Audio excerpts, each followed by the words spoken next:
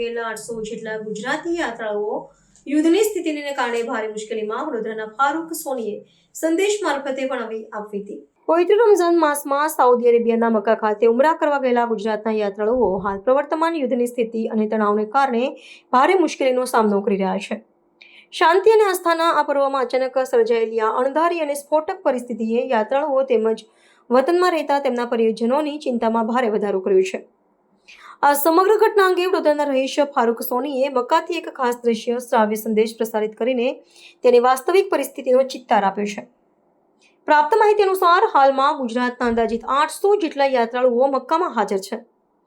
યુદ્ધના કારણે વાહન વ્યવહાર અને અન્ય સેવાઓ ખોરવાતા અનેક યાત્રાળુઓ નિર્ધારિત સમયે મક્કા પહોંચી શક્યા નથી। વધુમાં જે યાત્રાળુઓ ત્યાં પહોંચી ગયા છે તેમની જીવન જરૂરી દવાઓ અને માલ સામાન હજુ સુધી તેમના સુધી પહોંચી શક્યા નથી, જેના કારણે વડીલો અને બીમાર યાત્રાળુઓ પારાવાર હાલાકી ભોગવી રહ્યા છે। પ્રતિકૂળ સંજોગોના પરિણામે યાત્રાઓની રમઝાન માસની પવિત્ર બંદગી અને ધાર્મિક વિધિઓમાં મોટો અવરોધ ઊભો થયો છે। આ કપરા સમયમાં મક્કામાં ઉપસ્થિત તમામ ગુજરાતી યાત્રાઓ દ્વારા યુદ્ધ સ્તરે બંધ થાય અને સમગ્ર પ્રાંતમાં પ્રીતિ શાંતિ સ્થપાય તે માટે ઈશ્વર સમક્ષ વિશેષ પ્રાર્થના કરવામાં આવી રહી છે। સરકાર અને સંબંધિત તંત્ર દ્વારા યાત્રાઓને જરૂરી સહાય પહોંચાડવામાં આવે તેવી લોકમાંગ ઉઠી છે। મારું નામ ફારૂકભાઈ સોની છે। ગુજરાતમાં વડોદરાથી આવ્યો છું। મુસ્લિમ સમાજનું પવિત્ર રમઝાન માસ ચાલુ છે। આજે હું અહીંયા મક્કામાં છું, ઉમરા માટે આવ્યો છું 2 દિવસથી। આના યુદ્ધની સ્થિતિ સર્જાઈ છે, જેમાં ગુજરાતના 700-800 લોકો છે એટલે બીજા આજે આવવાના હતા જે આવી નથી શક્યા।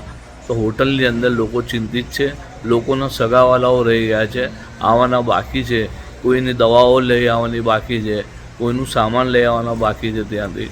તો લોકો બહુ ચિંતિત છે અને અત્યારે ખાસ કરીને સઉદીની અંદર મક્કા શહેરમાં દુઆઓ ચાલુ છે કે ભાઈ આ જે યુદ્ધ છે એ જલ્દી બંધ થઈ જાય, લોકોને નુકસાન ના થાય।